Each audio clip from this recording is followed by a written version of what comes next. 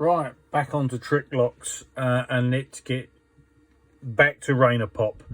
After the T1, which I've already shown you, there was a call for more trick locks, something that was more reasonably priced compared to his first one, and something that wasn't as complicated to open.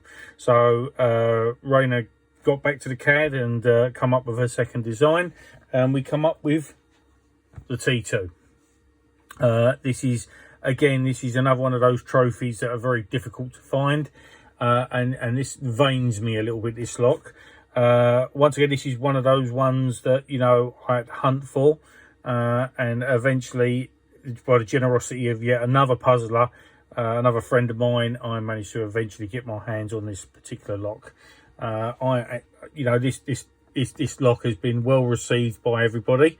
It's a lovely lock. Now, Rainer is very, very proud of his work.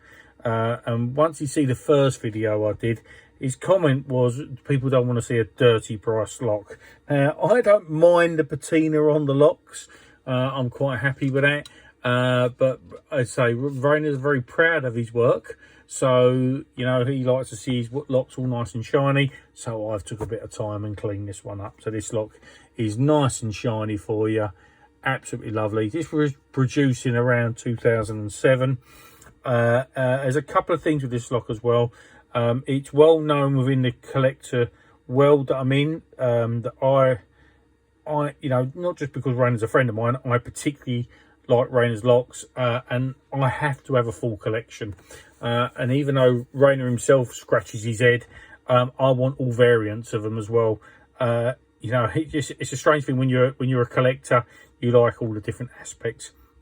This particular lock was released in brass, as we have it here, a limited edition stainless steel version, and there was a perspex cover. So this cover could be taken off, and a perspex cover could be applied to the front, so you could see the workings of the lock.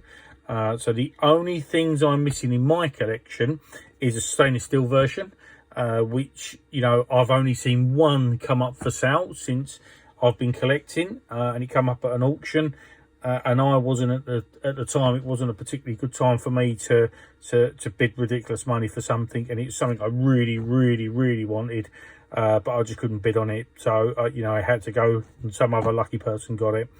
And the perspex covers as well. There's only a few of those made. I know a couple of people that do have them. I don't have one, so I don't know if anyone out there is good with CAD or CNC. It's something, again, I'll be willing to pay for. So I'd like a perspex cover. The cover matches the brass one exactly, but it's just in perspex. So that's something I would like to have, is a perspex cover and a stainless steel one. But, you know, one day I will come across them somewhere along the line, within my contacts of people, and I'll strike a deal with someone somewhere. And as I say, I got this through another friend. And again, I'm extremely lucky and extremely grateful, because this is one of the original versions as well, when they were very, very first made. Again, very nice. Not too many clues. We've got the rivets around the outside, and we've got this unusual key. Now, again, you know, I'm going to show you a move. So I'm going to show you something that I don't feel is giving too much away. I'm not going to show the full solution of the lock.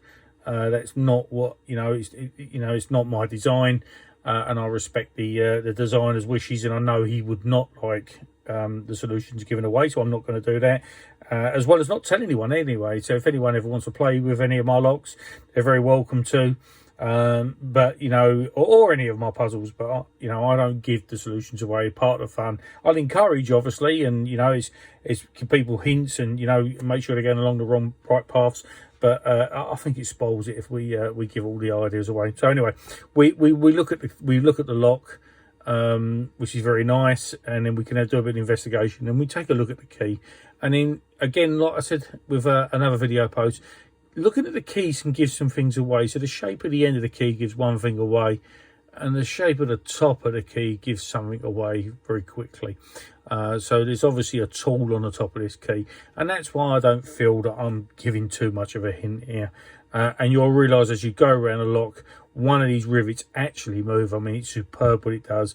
and eventually you'll find out that this one is sprung loaded, and you can push it in and move it and lock it. I mean, how lovely is that? I mean, the engineering that goes into this stuff is superb. It's so well hidden, and you'll see this of all Rainer's work.